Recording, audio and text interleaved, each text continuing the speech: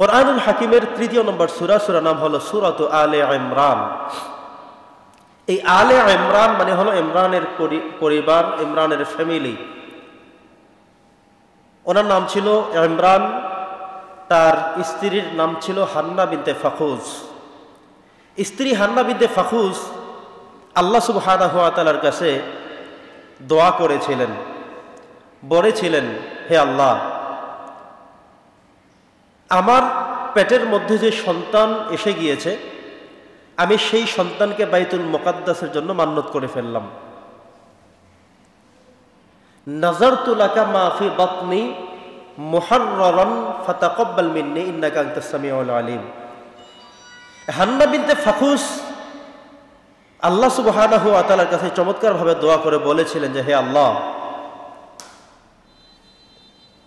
আমার পেটের মধ্যে যে সন্তান এসে গিয়েছে, যেহেতু আমার বাড়ি বাইতুল মুকাদ্দাসের পাশে, যেহেতু বাইতুল মুকাদ্দাসের রক্ষণাবেক্ষণ করার একটি স্বপ্ন আমার রয়েছে, আমি নিয়ত করে ফেললাম, নাযারতু লাকা মা ফি বাতনি, আমার পেটের মধ্যে যে সন্তান আছে আমি তাকে মান্নত করে দিলাম আপনার জন্যে।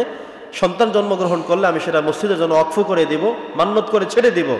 আমার এই সন্তানটা মসজিদকে পরিষ্কার পরিচ্ছন্ন করবে, আমার এই সন্তান মসজিদের রক্ষণাবেক্ষণ, দেখভালের দায়িত্ব সবকিছু আমার সন্তান পালন করবে।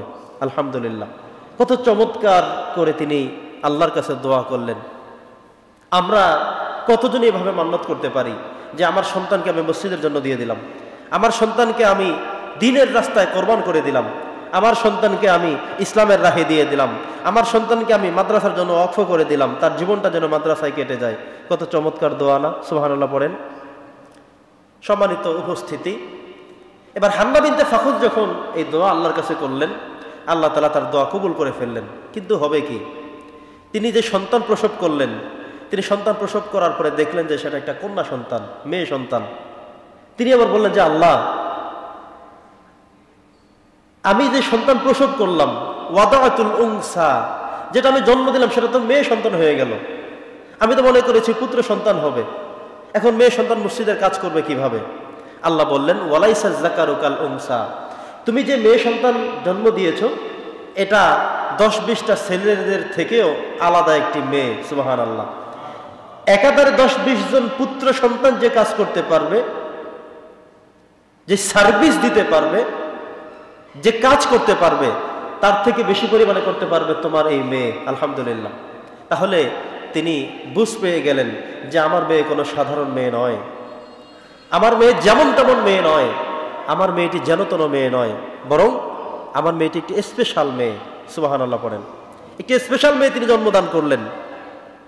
তো হান্না বিনতে ফাখুজ যখন মারিয়ামকে জন্ম দিলেন এবং তিনি মান্নত করা পরিপূর্ণ করলেন যে আমি আমার এই সন্তানকে মসজিদের জন্যই দিয়ে দিলাম, আর আল্লাহ সুবহানাহু ওয়া তাআলা যখন তার এই মান্নতকে কবুল করে মেয়ে সন্তান মারিয়ামকে দিয়ে দিলেন, তিনি যখন টেনশন করলেন, আল্লাহ তাআলা তাকে অভয় দিয়ে জানিয়ে দিলেন যে তুমি যে কন্যা সন্তান জন্ম দিয়েছো, তুমি যে মেয়ে সন্তান জন্ম দিয়েছো, সেই মেয়ে সন্তান 10-15টা 20টা ছেলে সন্তানের থেকেও স্পেশাল, আলাদা, আরো বেশি কিছু করবে। দেখবেন আমাদের সমাজে এমন কিছু মহিলা আছে, এমন কিছু মেয়ে লোক আছে যারা 10-15 জন পুরুষদের থেকেও ভালো সার্ভিস দেয়, ভালো কাজ করে, ভালো বোঝে, ভালো লেখাপড়া করায়, ভালোভাবে সংসার পরিচালনা করে, এমন কিন্তু আছে।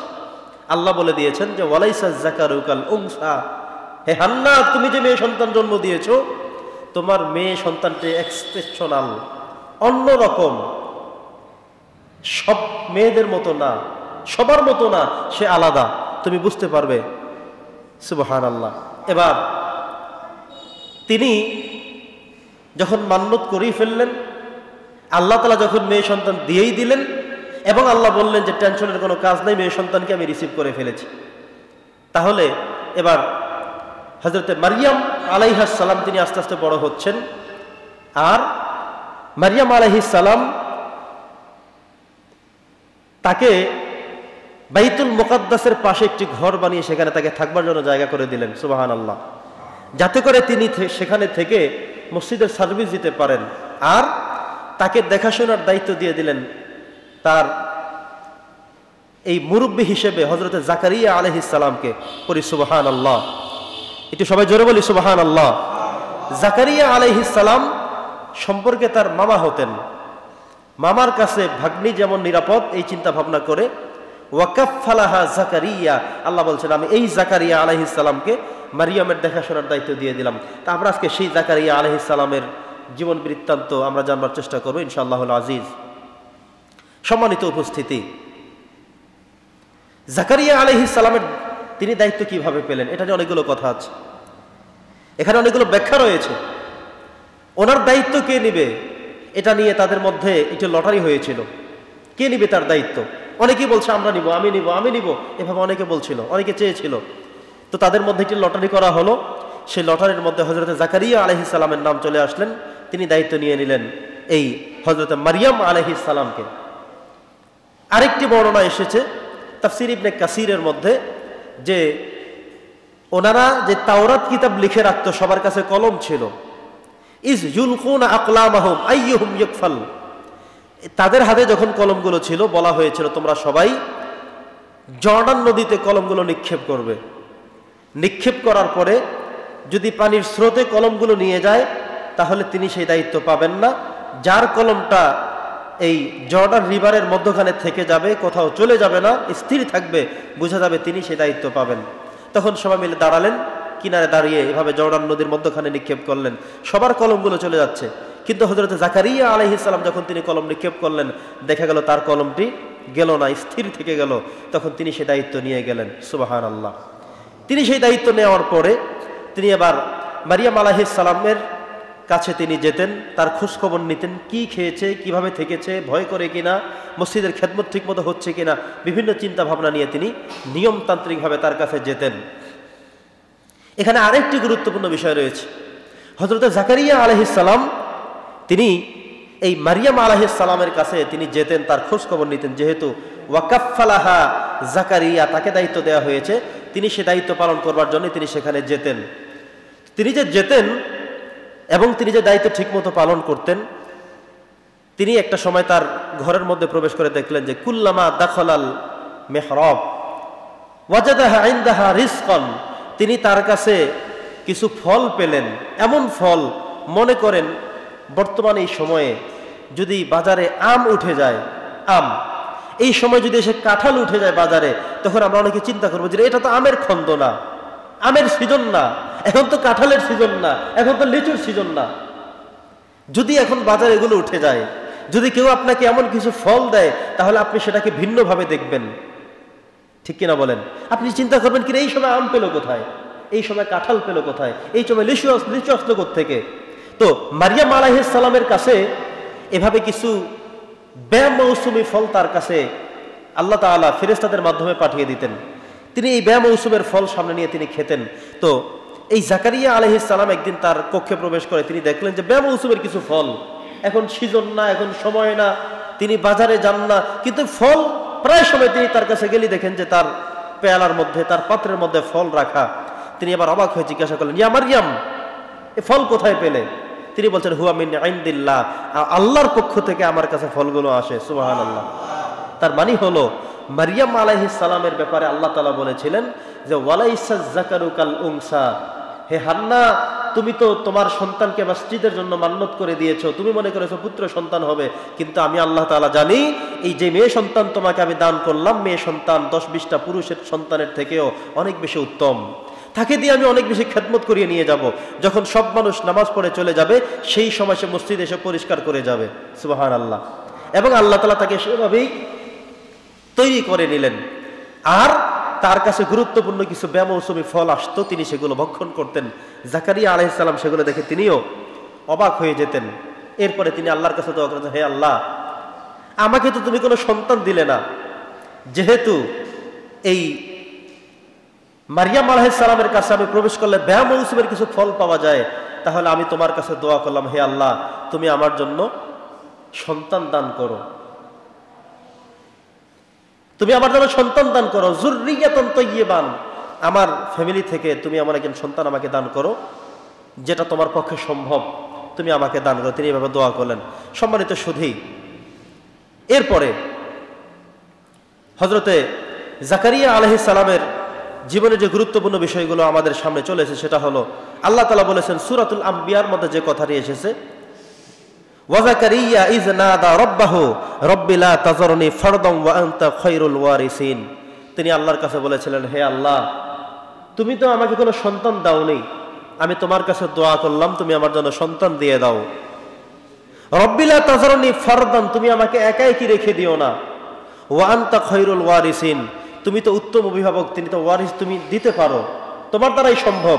সম্মানিত উপস্থিতি, লক্ষ্য করবেন যারা মুরব্বী আছেন, বিয়ে করার পরে মানুষের অনেক প্ল্যান থাকে, স্বপ্ন থাকে।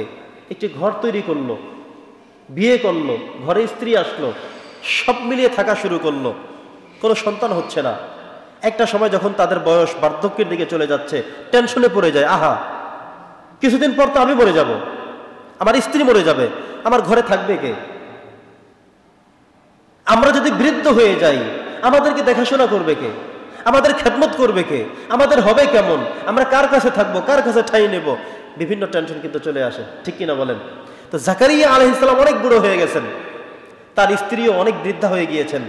তিনি যখন হযরত মারিয়াম আলাইহিস সালামের কাছে প্রবেশ করে দেখলেন যে বেমৌসুমের কিছু ফল, তিনি চিন্তা করলেন তাহলে আমি আল্লাহর কাছে দোয়া শুরু করি।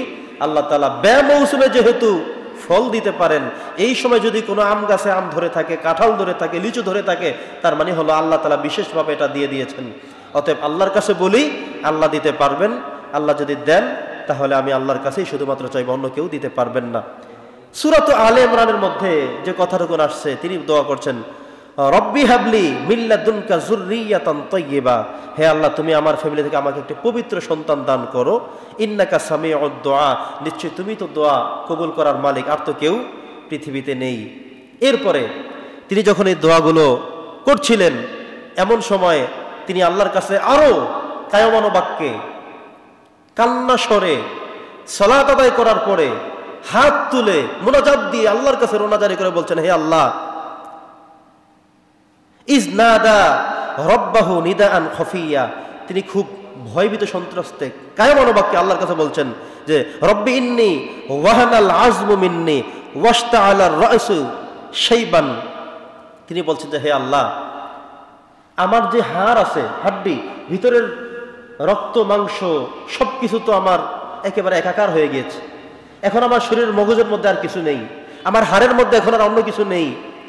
শুধু তাই নয়, ওয়াশতাআলার রাসু শাইবা, আমার মাথার চুলগুলো শুভ্র পেকে সাদা হয়ে গিয়েছে, তার মানে আমি পরিপূর্ণ বুড়ো হয়ে গেছি। এমন একটি পর্যায়ে আমি পৌঁছে গিয়েছি। ওয়ালাম আকুন বিদুআই রব্বি শাকিয়া, হে আল্লাহ, আমি তোমার কাছে দোয়া করে কখনো তো ব্যর্থ হইনি। এমন একটা সময় তোমার কাছে আমি সন্তান চাই, যে সময় আমার হাড্ডিগুলো সব পেকে গিয়েছে, মাথার চুল পেকে সাদা হয়ে গিয়েছে, এমন এক কঠিনতম সময়, বার্ধক্য সময়ে এখন আমি তোমার কাছে দোয়া করছি। কিন্তু হে আল্লাহ, আমি এটা বিশ্বাস করি, ওয়ালাম আকুম বিদুআইকা রব্বি শাকিয়া, আল্লাহ তোমার কাছে দোয়া করে কখনো আমার দোয়া ফেরত যায়নি, কখনো আমি নৈরাশ হতে হয়নি। ওয়া ইন্নী খিফতুল মাওয়ালি মিন ওয়ারাই ওয়া কানাত ইমরাআতি আকিরান। একই সাথে তিনি বললেন যে হে আল্লাহ, আমাকে তুমি যে নবুয়তের দায়িত্ব দিয়েছো, আমার পরে সে দাওয়াত যে কেউ করবে এমন আর কেউ নাই, আমার সন্তানদের কেউ নাই, আমার ভাইয়ের যে সন্তান, বোনদের সন্তান, আত্মীয় স্বজন, এই যে তাওরাত কিতাব যে দায়িত্ব আমাকে তুমি দিয়েছো, এই দায়িত্ব পালন করবার মতো আমার ফ্যামিলির মধ্যে, সন্তানদের মধ্যে, আত্মীয়দের মধ্যে আর কেউ নেই। হায় আল্লাহ, তাহলে কি হবে? এই কিতাব কে পড়বে? ওয়া ইন্নী খিফতুল মাওয়ালি মিন ওয়ারাই, আমার অন্যান্য সন্তান যারা আছে তাদের ব্যাপারে আমি টেনশন করতেছি। ওয়া কানাত ইমরাআতি আকিরা, আর আমার স্ত্রী তো বন্ধা, পরীক্ষা করেছি, আমার স্ত্রীর সন্তান হবে না, এমনই একটি অবস্থা আমি অতিবাহিত করছি। ফাহাবলি মিন লাদুনকা ওয়ালিয়া, আল্লাহ এরপরেও আমি তোমার কাছে বলি, আল্লাহ তুমি আমাকে সন্তান দাও। আমি বুড়ো হয়ে গেছি, আমার হাড্ডি মাড্ডি সব বুড়ো একাকার হয়ে গিয়েছে, মাথার চুলগুলো পেকে সাদা হয়ে গিয়েছে, আমার স্ত্রীর সন্তান হবে না, এমন অবস্থায় আমি পৌঁছে গিয়েছি, আমি জেনে ফেলেছি আমার সন্তান আর হবে না। তবুও তোমার কাছে দোয়া করে আমি তো কখনোই নৈরাশ হইনি। এরপরে তোমার কাছে আমি দোয়া করছি, আল্লাহ তুমি আমাকে সন্তান দাও। তিনি বলছেন যে ফাহাবলি মিন লাদুনকা ওয়ালিয়া, এরপরেও তোমার কাছে বলছি তুমি আমাকে সন্তান দাও। এবার আল্লাহ তাআলা সূরাত আম্বিয়ার 90 নম্বর আয়াতের মধ্যে যে ঘোষণাটি দিয়েছেন, আল্লাহ বলছেন যে ফাস্তাজাবনা লাহ, আমি তাকে সন্তান দানের জন্য তাকে কবুল করে ফেললাম। সুবহানাল্লাহ, আমি তাকে কবুল করে ফেললাম। ফাস্তাজাবনা লা, তার দোয়া, তার মুনাজাত, তার কায়মানা বাকের কথা আমি কবুল করে ফেললাম। ওয়া ওয়াহাবনা লাহু ইয়াহইয়া, আমি তাকে ইয়াহইয়া দান করার সিদ্ধান্ত দিয়েছি। ওয়া আসলাহনা লাহু যাওজা, এবং তার স্ত্রী যে বন্ধা ছিল, সন্তান হবে না এমন কথা ছিল, কিন্তু আমি তাকেও ইসলাহ করে দিলাম, তাকেও সুস্থ করে দিলাম, সন্তান হবে এভাবে তাকে এবিলিটি করে দিলাম। সুবহানাল্লাহ। তার মানে হলো এই আয়াতগুলো পড়লে আমাদের খুব মনে পড়ে যায়, এমন অনেক মুরব্বী আছেন, এমন অনেক ভাইয়েরা আছেন, বিয়ে করার 10 বছর পর্যন্ত কোনো সন্তান হয় না, 15 বছর পর্যন্ত কোনো সন্তান হয় না। নৈরাশ হওয়ার কোনো কিছু নেই, বরং ইব্রাহিম আলাইহিস সালাম সন্তান পেয়েছিলেন 96 বছর বয়সে গিয়ে।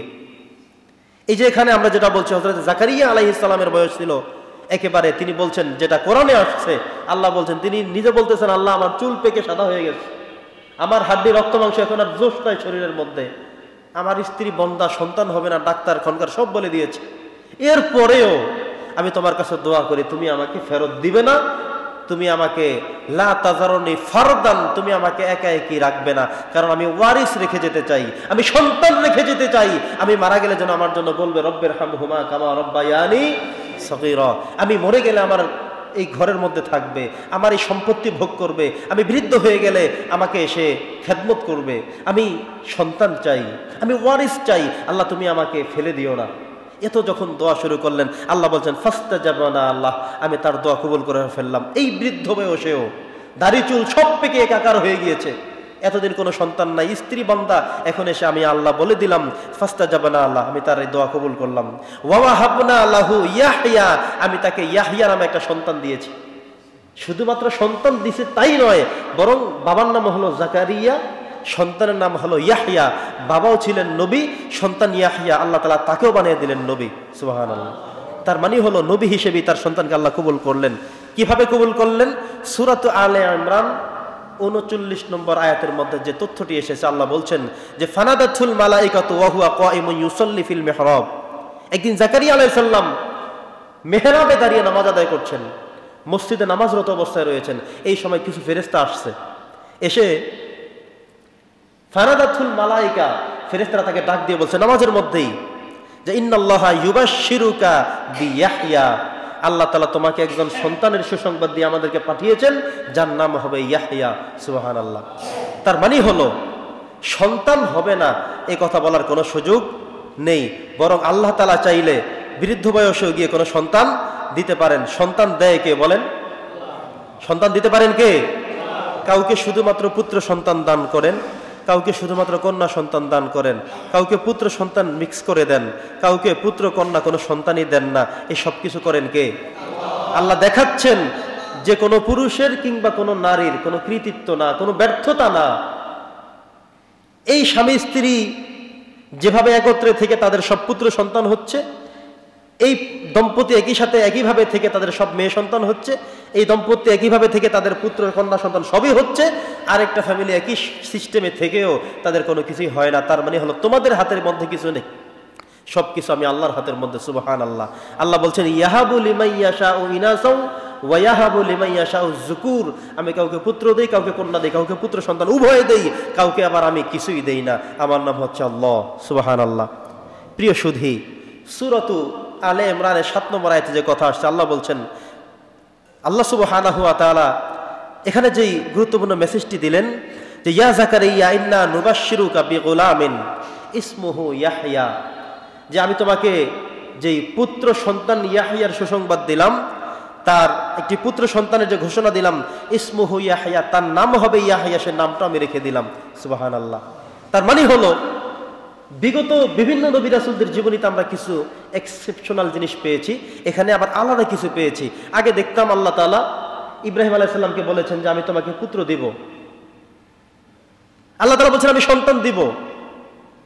ফাবাশশারনাহু বিগুলামিন হালিম, আমি তোমাকে সন্তান দেওয়ার ঘোষণা দিলাম। কিন্তু এই জায়গায় এসে জাকারিয়া আলাইহিস সালামের দোয়ার বদৌলতে আল্লাহ তাআলা পুত্র সন্তান দিবেন, তার নাম ইয়াহইয়া, তাকে নবী হিসেবে পাঠাবেন, সব ঘোষণা একসাথে দিয়ে দিয়েছেন। আলহামদুলিল্লাহ। এরপর আল্লাহ বলেছেন লাম নাজআল লাহু মিন ক্বাবলু সামিয়্যা, এমন একটা নাম ইয়াহইয়া আমি রেখে দিয়েছি যেই সন্তানের নাম এর পূর্বে এই পৃথিবীতে কেউ আর রাখেনি। আল্লাহু আকবার। তার মানে হলো জাকারিয়া আলাইহিস সালাম দোয়া করেছেন, আল্লাহ সন্তান হিসেবে কবুল করেছেন। আল্লাহ নিজের একটি পুত্র সন্তান দিয়ে পুত্র সন্তানের নাম দিয়ে পাঠিয়েছেন। আল্লাহ তাআলা নিজেই বলেছেন লাম নাজআল লাহু মিন ক্বাবলু সামিয়্যা, এর পূর্বে এই নামে পৃথিবীতে আমি আর কাউকেই দেইনি। এই প্রথম ইয়াহইয়া হিসাবে তোমার সন্তানকে আমি পৃথিবীতে এক্সেপশনাল করে দিলাম এবং একই সাথে তাকে নবুয়তের অ্যাসাইন করে দিলাম। সুবহানাল্লাহ। সম্মানিত উপস্থিতি, সূরাত মারিয়ামের ৮ নম্বর আয়াতের মধ্যে আরেকটি গুরুত্বপূর্ণ তথ্য আসছে। এখানে ঘোষণা দেওয়ার পরে, সন্তানের নাম সহ সবকিছু বলে দেওয়ার পরেও এবার জাকারিয়া আলাইহিস সালাম আল্লাহর কাছে বলতেছেন, আল্লাহ সন্তান আমাকে দিবা, আমি দোয়া করছি সেটাও ঠিক আছে, কিন্তু সন্তান যে তুমি আমাকে দিবা, কি করে আমার সন্তান হবে? আন্না ইয়াকুনু লি গোলাম, কিভাবে আমার সন্তান হবে? ওয়া কানাত ইমরাতি আকিরা, আমার স্ত্রী তো বন্দা, আমার স্ত্রীর তো সন্তান হবে না, সেই ঘোষণাও তো আমি পেয়ে গিয়েছি। ওয়াকাদ বালাগাতু মিনাল কিবারি আতিয়া, আর আমি তো বৃদ্ধের একেবারে শূন্য শিখরে পৌঁছে গিয়েছি, উচ্চ শিখরে পৌঁছে গিয়েছি, দাড়ি চুল সব পেকে একেবারে সাদা হয়ে গেছে, ঠিক মতো হাঁটতে পারি না, এমন অবস্থায় তুমি আমাকে পুত্র সন্তানের ঘোষণাও দিয়ে ফেললা। কল, আল্লাহ বলছেন রব্বি আন্না ইয়াকুনু লি গোলামুন ওয়াকাদ বালাগানিল কিবারু ওয়া ইমরাতি আকির। আল্লাহ বলছেন কাযালিকা আল্লাহু ইয়াফআলু মা ইয়াশা, আমি আল্লাহ তাআলা এভাবেই পারি, এমন করে আমি দিতে পারি। আমি আল্লাহ তাআলা যেটা দিতে পারি সেটা পৃথিবীর আর কেউ পারে। আল্লাহ বলছেন আমি যেটা পারি পৃথিবীর আর কেউ সে কাজ পারে না। আমি যে তোমাকে সন্তানের ঘোষণা দিলাম, এই বয়সে এসে এই সময়ে এসে এমন করে আমি সন্তান দেব, এভাবে করে পৃথিবীর আর কেউ পারে না, কারো পক্ষে পারা সম্ভব না। আল্লাহ এরপরে বলেছেন সূরাত মারিয়ামের ৯ নম্বর আয়াতে আসছে, ক্বালা কাযালিকা ক্বালা রাব্বুকা হুয়া আলাইয়া হাইয়িনুন ওয়া ক্বাদ খলাকতু মিন ক্বাবলু ওয়া লাম তাকু শাইআ। জাকারিয়া শোনো, আমি যখন তোমাকে সৃষ্টি করেছিলাম, তুমি কি কোনো মানুষ ছিলে? তুমি কি কোনো পর্যায়ে ছিলে? তোমাকে আমি জিরো থেকে একটা মানুষ তৈরি করেছি, শুধু একটা মানুষ আমি তৈরি করেছি নাপাক পানির মধ্য দিয়ে। আর এখন আমি তোমার সন্তানকে দিব তোমার থেকে, সেটা সম্ভব না। এটা কি করে হতে পারে? তোমরা স্বামী স্ত্রী দুজনে ঠিকঠাক আছো, আমি তোমাদের মাধ্যমে সন্তান দিতে পারি, এটা কঠিনের তো কিছুই নেই। আমি তো তোমাকে সৃষ্টি করলাম, কই সেটা নিয়ে কেন টেনশন নেই তোমার? বরং আমার পক্ষে এটাই সম্ভব। ক্বালা রাব্বি জাআল লি আয়া, আল্লাহ বলছেন এটাই আমার পক্ষ থেকে নিদর্শন, ভালো করে দেখে রাখো। এবার হযরতে জাকারিয়া আলাইহিস সালাম আল্লাহর কাছে বলেন, হে আল্লাহ, ঠিক আছে আমি মানলাম, তবে কি করে আমার সন্তান হবে, আমার কি করতে হবে, আমার কি করণীয় সেটা বলে দাও। কারণ আমি অযোগ্য, আমার স্ত্রী অযোগ্য, সন্তান হওয়ার ঘোষণা চলে আসছে, তাইলে এটা কি করে পেতে পারি, সিস্টেম কি, আমি কেমন করতে পারি, আমার করণীয় কি, সেটা একটু বলে দাও। এবার আল্লাহ তাআলা বলেন, ক্বালা আয়াতুকা আল্লা তুকাল্লিমান নাসা সালাসাতা আইয়ামিন ইল্লা রমজা, তুমি 3 দিন পর্যন্ত কোনো মানুষের সাথে কোনো কথা বলতে পারবে না, 3 দিন চুপচাপ করে থাকতে হবে। তুমি যে একজন নবী, যত মানুষ আসবে তোমার কাছে, তুমি ইশারা ইঙ্গিতে সবকিছু বুঝিয়ে দেবে, আমি তোমার বাক শক্তিকে নিয়ে গেলাম। সুবহানাল্লাহ। তুমি কথা বলতে পারবে না, 3 দিন ইশারাতে কাজ, সবকিছু করতে হবে, ইশারা দিয়ে সকল কিছু সমাধান করতে হবে। 3 দিন কথা বলবে না, মানুষ যে যা কিছু জিজ্ঞাসা করুক তুমি ইঙ্গিতে কথা বলবা, তখন মানুষ বুঝতে পারবে যে উনি মনে হয় ভিন্ন একটা ধ্যানের মধ্যে আছেন, ওনাকে হয়তো আল্লাহ তাআলা কোনো কিছু দিবেন, এভাবে করে তারা বুঝতে পারবে। এজন্য আল্লাহ তাআলা তাকে বলে দিলেন যে 3 দিন পর্যন্ত সালাসাতা আইয়ামিন ইল্লা রমজা, 3 দিন পর্যন্ত তুমি চুপচাপ থাকতে হবে, কোনো কথা কারোর সাথে বলতে পারবে না। সূরাত মারিয়ামের মধ্যে আসছে অন্যভাবে, ক্বালা আয়াতুকা আল্লা তুকাল্লিমান নাসা সালাসা লায়ালিন সাওয়িয়া, এখানে 3 রাতের কথা আসছে। 3 রাত তুমি কারোর সাথে কথা বলতে পারবে না, একেবারে চুপচাপ করে থাকতে হবে। যদি কথা বলো তাহলে তোমার ক্ষতি হবে, কোনো কথা বলা যাবে না। এবার তিনি ঠিক সেভাবেই, যেভাবে আল্লাহ সুবহানাহু ওয়া তাআলা তাকে ঘোষণা দিয়ে দিলেন, তিনি ঠিক সেভাবেই চুপচাপ করে থাকলেন, কারোর সাথে তিনি কোনো কথা বললেন না। আল্লাহ সুবহানাহু ওয়া তাআলা নির্ধারিত সময়ে তাকে একজন পুত্র সন্তান দিয়ে ধন্য করলেন, যার নাম হলো হযরতে ইয়াহইয়া আলাইহিস সালাতু ওয়াস সালাম। পড়ি আলহামদুলিল্লাহ। সম্মানিত উপস্থিতি, ইয়াহইয়া আলাইহিস সালামকে আল্লাহ তাআলা জাকারিয়া আলাইহিস সালামের সন্তান করে পৃথিবীতে পাঠালেন। জাকারিয়া আলাইহিস সালাম এমন একটি সময় দোয়া শুরু করলেন, এমন একটি সময় তিনি সন্তান চাওয়া শুরু করলেন, যেই সময়ে কোনো মানুষের চেহারার দিকে দেখলে, হাঁটার স্টাইল দেখলে কেউ কখনো বিশ্বাস করবে না। একজন মুরব্বী মানুষ যদি লাঠি নিয়ে হাঁটতে থাকে, ঠিকমতো হাঁটতে পারে না, চলতে পারে না, দাড়ি চুল সব পাকা, এমন একটি সময় যদি খবর এসে যায় যে ওনার সন্তান হয়েছে, এটা স্বাভাবিকভাবে কেউ বিশ্বাস করতে চাইবে না, যে এটা কেমন কথা হলো, এই বৃদ্ধ মানুষ দাড়ি চুল পাকা, হাঁটতে পারে না, লাঠি নিয়ে হাঁটে, এই মানুষের আবার সন্তান হয় কি করে? সব মানুষ অবাক হয়ে যাবে। শুধু কি ওনার জন্যই না, বরং ওনার যে স্ত্রী সেও তো বৃদ্ধা হয়ে গিয়েছে। এমন একটি সময় সব মানুষ হাসাহাসি করবে, যেটা কি করে হতে পারে। কিন্তু আল্লাহ তাআলা বলেছেন আমার পক্ষে সম্ভব, আমার পক্ষে সম্ভব, অসম্ভবের কিছুই নয়, কিছুই না আমার কাছে। আমি চাই তো হয়ে যায়। আমি আল্লাহ তাআলার কাছে সব কিছু, আমি আল্লাহর জন্য শুধুমাত্র কুন ফায়াকুন, আমি চাইবো হয়ে যাবে। সম্মানিত সুধী, এই জাকারিয়া আলাইহিস সালাতু ওয়াস সালামের জীবনী থেকে আমরা কিছু গুরুত্বপূর্ণ লাইফ লেসন আমরা নিতে চাই। প্রথম কথা হলো, দোয়া একটি শক্তিশালী গুরুত্বপূর্ণ সাবজেক্ট আমাদের জীবনের জন্য। উনি আল্লাহর কাছে দোয়া করেছিলেন, এমন এক বৃদ্ধ বয়সে এসেও আল্লাহ তাআলা বলছেন, ঠিক আছে তুমি দোয়া করেছো, আমি তোমার দোয়াকে ফেললাম না, রেখে দিলাম। তোমার জন্য আমি একজন পুত্র সন্তান দান করলাম। তুমি চেয়েছো তোমার উত্তরাধিকারী রাখতে, আর উত্তরসূরি উত্তরাধিকারী হয়ে থাকে পুত্র সন্তানের মধ্য দিয়েই, এজন্য আমি তোমাকে একটি পুত্র সন্তান দান করে দিলাম। সুবহানাল্লাহ। এই হলো একটি বিষয়। এখানে আরো কিছু গুরুত্বপূর্ণ বিষয় আছে। আমি একদিন আপনাদের সাথে আলোচনা করেছিলাম দোয়া করতে হবে কেমনে। দোয়ার কিছু স্টাইল আছে, দোয়ার কিছু সিস্টেম আছে, দোয়ার কিছু কোয়ালিটি আছে। দোয়া করতে জানতে হয়, দোয়া করে আল্লাহর থেকে চেয়ে নিতে হয়। দোয়া করার সময় আবেগীয় হতে হয়, চোখের দিয়ে পানি ঝরাতে হয়। আল্লাহর কাছে অশ্রুসিক্ত নয়নে দুরুদ সালাম পেশ করে একান্তই নীরবে নিরলে আল্লাহর কাছে শুধু যখন চাইবেন যে আল্লাহ তুমি দিতে পারো, তুমি ছাড়া আর কেউ পারে না, তুমি ছাড়া পারার মতো আর কেউ নেই, আমি কারো কাছে আর যাই না, তোমার কাছেই আছি, তুমি দাও। যখন দোয়া করার মতো করা হয়, চাওয়ার মতো চাওয়া হয়, বলার মতো বলা হয়, আল্লাহ বলছেন আমি সেই দোয়া কখনো ফেরত দেই না। জাকারিয়া আলাইহিস সালাম তার জ্বলন্ত প্রমাণ। তিনি যখন সম্পূর্ণ অযোগ্য, ব্যর্থ, সেই সময় আল্লাহর কাছে এমন করে দোয়া করলেন, আল্লাহ বলছেন আমি দোয়াটা ফেরত দিতে পারলাম না। সুবহানাল্লাহ। সম্মানিত সুধী, জাকারিয়া আলাইহিস সালামের জীবনের থেকে দ্বিতীয় গুরুত্বপূর্ণ যে বিষয়টা আমরা জানবো সেটা হলো, আল্লাহর নিকট অসম্ভব বলতে কিছু নেই। কার নিকট? সবাই একটু বলুন। আল্লাহর নিকট। আল্লাহ যে পারে না, আল্লাহর পক্ষে সম্ভব না, এই টেন্ডেন্সি আমাদের কারো মাথায় না থাকে, বরং আল্লাহর কাছে সবকিছুই সম্ভব। কিনা বলেন? আল্লাহর কাছে সবকিছুই সম্ভব। আমরা অনেক সময় মনে করি না, আর মনে হয় হবে না, ঠিক না? আর মনে হয় চলবে না, ওনাকে দিয়ে হবে না, আমাকে দিয়ে হবে না। দুইবার ফেল করে তৃতীয়বার গিয়ে বলে আর চলবে না। কিন্তু আল্লাহ বলছেন না, আমি আল্লাহর কাছে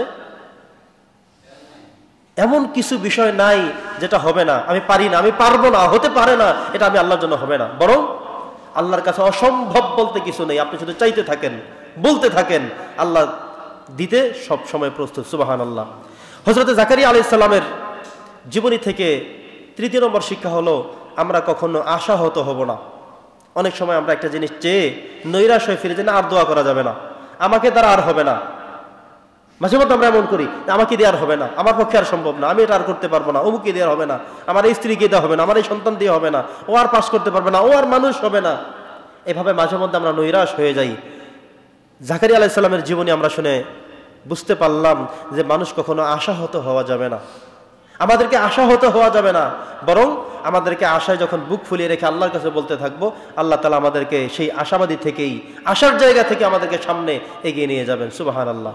প্রিয় উপস্থিতি, জাকারিয়া আলাইহিস সালামের জীবনের সর্বশেষ যে শিক্ষাটা আমরা নিচ্ছি সেটা হলো, সন্তান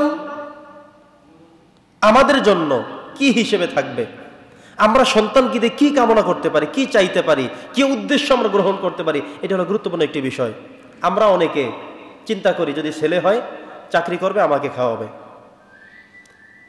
অনেকে মনে করি আমি যখন বৃদ্ধ হয়ে যাব তখন আমার সন্তান আমাকে দেখবে, আমার সেবা করবে। আপনি কি করে বুঝলেন যে বৃদ্ধ হওয়া পর্যন্ত চলতে পারবেন না, এমন পর্যন্ত আপনার যেতে হবে? তার আগেও তো মরতে পারেন আপনি। আপনি বৃদ্ধ হয়ে গেলে একটা সময় এসে আপনি নিজে চলতে পারবেন না, আরেকজন আপনাকে চালাতে হবে, এই নেগেটিভ চিন্তা আপনি কোথায় পেলেন? আপনি মারা যাওয়ার পরে আপনার সন্তান আপনাকে দেখবে, শুনবে, খাওয়াবে, সবকিছু করবে, এটা আপনি কি করে সিদ্ধান্ত গ্রহণ করলেন? গত 2 দিন আগেরও নিউজ, সন্তান বাবা মাকে মেরে ফেলে, এমন নিউজ কি আসে না? আসে, আসে।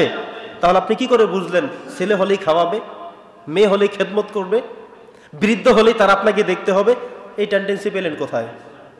বরং আমাদেরকে বুঝতে হবে যে এই টেন্ডেন্সি আমাদের ঠিক রাখতে হবে। এই টেন্ডেন্সি সন্তানের ব্যাপারে আল্লাহর কাছে কামনা করতে হবে এটা, যেটা জাকারিয়া আলাইহিস সালাম কামনা করেছিলেন, যে আল্লাহ আমি সন্তানের থেকে কামাই খেতে চাই না।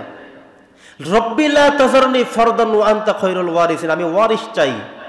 এখানে যারা মসজিদে আছেন, যাদের পুত্র সন্তান আছে, তার মানে তার বংশটা অব্যাহত আছে। আপনার যদি পুত্র সন্তান না থাকে তাহলে আপনার বংশটা অব্যাহত নেই, এখানেই সমাপ্ত। যার টোটাল কোনো সন্তান নেই তার বংশ আপনি এখানেই সীমাবদ্ধ, এরপরে আপনার বংশ আর কেউ আসবে না, আপনার বংশে আপনি সমাপ্ত। জাকারিয়া আলাইহিস সালাম দোয়া করছেন, হে আল্লাহ আমাকে এখানেই সমাপ্ত করে দিবা, আমাকে এখানেই তুমি সমাপ্ত রাখবা। আল্লাহ তুমি আমাকে একাই কি করো না, বরং আমাকে তুমি ওয়ারিস দাও। কেন দিবে? অন্য আয়াতে এসে যেটা আল্লাহ তাআলা বলেছেন, তিনি দোয়া করেছিলেন আল্লাহর কাছে, আল্লাহ আমি সন্তান চাই এই জন্যে আমি যে তাওরাত কিতাবের দাওয়াত মানুষের কাছে দিয়েছি, আমি ইন্তেকাল করার পরে আমার সন্তান সেই দাওয়াতটা মানুষের কাছে আবারও পৌঁছাবে। সুবহানাল্লাহ, আমি সেই জন্য সন্তান চাই। তিনি কিন্তু এমন দোয়া করেন যে আল্লাহ আমি বৃদ্ধ হয়ে গেলে কে খাওয়াবে আমাকে, কে আমার সেবা করবে, এই কথা তিনি বলেন নাই। তিনি বলছেন আল্লাহ তুমি আমার ওয়ারিস দাও, উত্তরসূরি দাও, উত্তরাধিকারী দাও। এভাবেই তিনি দোয়া করেছিলেন, এভাবেই তিনি দোয়া করেছিলেন। আর দোয়া করেছিলেন, হে আল্লাহ সন্তান দিবা এই কারণে আমি যে তাওরাত কিতাবের দাওয়াত মানুষের কাছে দিয়েছি, সেই তাওরাত কিতাবের দাওয়াতটা যেন আমার পরে আমার সন্তান যেন দিতে পারে, আল্লাহ সেজন্যই দোয়া করি। সুবহানাল্লাহ। তাহলে সন্তানের ব্যাপারে আমাদের দোয়া থাকতে হবে এটা, সন্তানের থেকে ইনকাম খেতে হবে, কামাই খেতে হবে, খেদমত নিতে হবে, এই চিন্তা কেউ কখনো রাখবেন না। এটা হলো অপসরাল ঐচ্ছিক বিষয়। আমি সেই পর্যন্ত বেঁচে থাকতেও পারি, নাও থাকতে পারি, আমার সন্তান আমার সেবা করতেও পারে, নাও করতে পারে। বরং আমার চেষ্টা করতে হবে সন্তানটাকে মানুষ করে গড়ে তুলে যাওয়া, এই হলো গুরুত্বপূর্ণ বিষয়। খেদমত করবে কি করবে না সেটা তার বিষয়। আল্লাহ তো বলে দিয়েছেন সন্তানের ব্যাপারে যে হুমা জান্নাতুকা ওয়া নারুকা, বাবা মা তোমার জান্নাত, বাবা মাই তোমার জাহান্নাম। এবার সন্তান সিদ্ধান্ত করবে আমি জান্নাতে যাব না জাহান্নামে যাব, বাবা মাকে সন্তুষ্ট রাখবো কি সন্তুষ্ট রাখবো না। সন্তুষ্ট রাখবে তো জান্নাতে যাবে, রাখবে না তো জাহান্নামে যাবে। সে তার বাবা মার জন্য কাজ করবে। আপনি কেন চাইবেন, আমি কেন চাইবো? সে তারটা চেয়ে নিতে হবে। আমি আল্লাহর কাছে চাইবো, আল্লাহ আমাকে তুমি উত্তম ওয়ারিস দান করো, যে ওয়ারিস আমার জন্য নাজাতের কারণ হবে। সম্মানিত উপস্থিতি, এই ছিল হযরতে জাকারিয়া আলাইহিস সালামের জীবন।